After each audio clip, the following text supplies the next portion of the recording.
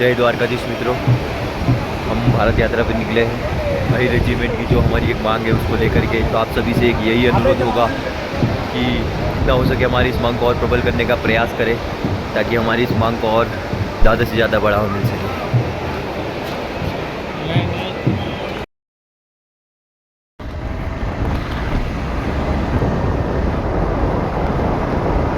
कुछ ऐसा नज़ारा है बद्रीनाथ जाते हुए रास्ते में आपको दिखेगा।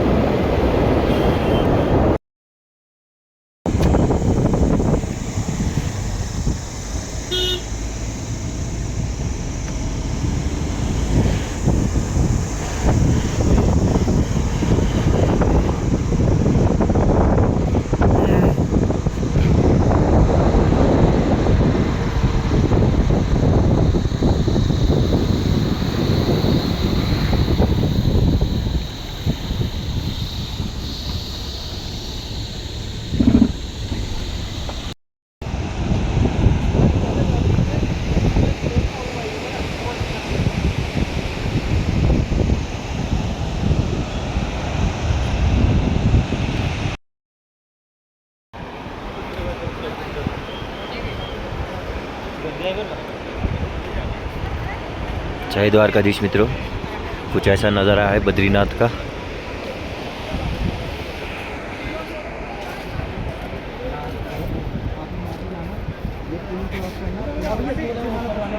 जो ऊपर से कोने से लोग नहीं है सारे, वो लाइन में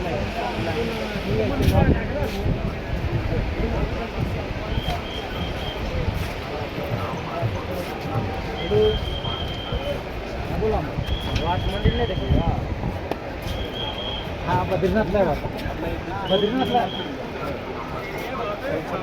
ट्रेकिंग झालं आमचं सगळं। आता रुद्रप्रयाग वगैरे करायचं म्हणतात ते बघू। कुछ ऐसा है बद्रीनाथ का नज़ारा। ये रहा बद्रीनाथ मंदिर और ये जो झरना है इसको अलकनंदा कहा जाता है। यहाँ की कहानी ये है कि जब भी विष्णु भगवान 6 माह के लिए एक उचित स्थान ढूंढ रहे थे तपस्या के लिए, तभी वह यहाँ पर एक बाल रूप धर करके आए थे और बहुत ही रुद्र रूप से जो वो चिल्ला रहे थे। और ये स्थान जो है वो भगवान शंकर और पार्वती के स्थान के भीतर आता है, कैलाश के भीतर आता है, हिमालय के ऊपर आता है। तो उनकी आवाज़ सुन के पार्वती देवी आई और सोचा कि ये कौन बच्चा है करके, फिर उन्होंने विष्णु भगवान को एक स्थान दिया कि आप यहाँ पे तपस्या करिए। उसी के बाद से विष्णु भगवान जो है वो 6 महीने के लिए यहाँ पर आकर जो माना जाता है कि आते हैं और तपस्या में लीन रहते हैं। उसके बाद इस स्थान को और भी पुराणों के हिसाब से, सनातन ग्रंथ के हिसाब से माना जाता है कि यहाँ पर नर नारायण का जो अवतार था उन्होंने अनेकों वर्षों तक यहाँ पर तपस्या की थी। और जो पांडवों की एक मान्यता है कि यहाँ पर पांडवों ने आकर के महाभारत ख़त्म होने के पश्चात अपने पितरों का जो है वो पिंडदान किया था। कुछ ऐसी मान्यता है यहाँ पे बद्रीनाथ धाम की। और 9वीं शताब्दी में आदि गुरु शंकराचार्य ने इस मंदिर को खोज करके इसके अंदर जो मूर्ति तो थी उस समय से, फिर उसको एक स्थान दिया था 4 धाम का। उसी समय से यहाँ पर लोग आते हैं, भगवान की पूजा करते हैं। उसके बाद कई वर्षों तक मतलब बहुत ही लोगों ने आकर के, इधर एक तप्त कुंड है उसी के अंदर कुछ बौद्ध धर्म के लोगों ने आकर के भगवान की मूर्ति को अंदर डाल दिया था। फिर 12वीं सदी में उस मूर्ति को फिर से बाहर निकाला गया था यहाँ के राजा द्वारा, गढ़वाल राजा द्वारा। तो कुछ ऐसी कहानी है। फिर 1870 की सदी में जयपुर के राजा द्वारा इस मंदिर का पुनः निर्माण करवाया गया था।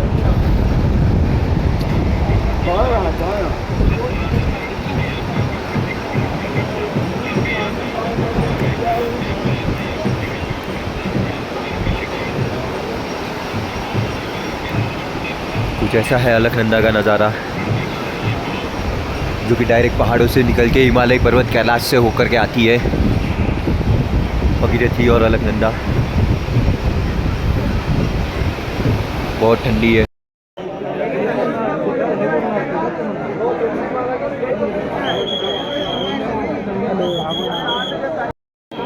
यह है बद्रीधाम मंदिर। इतनी भीड़ है यहाँ पर, लोगों की मान्यता के हिसाब से लोग यहाँ पर आते हैं। कुछ ऐसा नज़ारा है बद्रीनाथ मंदिर से।